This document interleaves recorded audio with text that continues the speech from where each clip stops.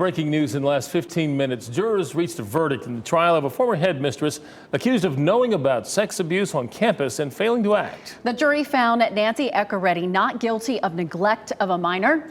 WRAL's Chelsea Donovan was in the courtroom as the verdict was reached. Chelsea, what was the reaction?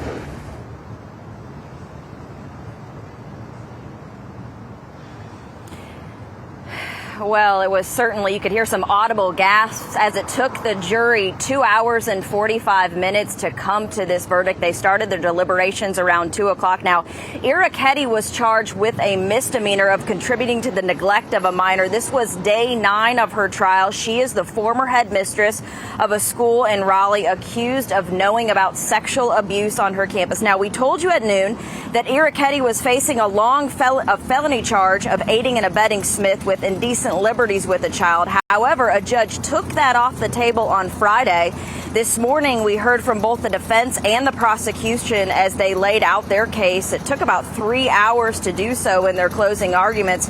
This was a charge that was stemming from a 2016 incident at the Montessori School of Raleigh where Nancy Eckeretti was in charge at the time. A jury had to decide if Eckeretti knew about that sexual abuse and was in a position to act but didn't, and whether that led to more abuse. We know now that they have come back with a not guilty verdict. Let's take a listen from inside the courtroom just a few short moments ago.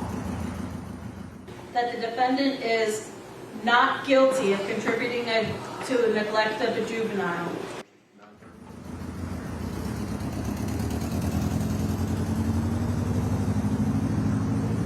Now, former middle school teacher Nicholas Smith, he's already serving 17 years for sex crimes of students now. We watched as Eckeretti wept along with her attorneys as this verdict was read. And as I mentioned earlier, you could hear some audible gasps from the courtroom. Then, with just in a few short minutes' time, the jury was dismissed, and the judge says Nancy Eckeretti was also free to go. Back to you. But an interesting case. Chelsea Donovan live in Raleigh. Thank you, Chelsea.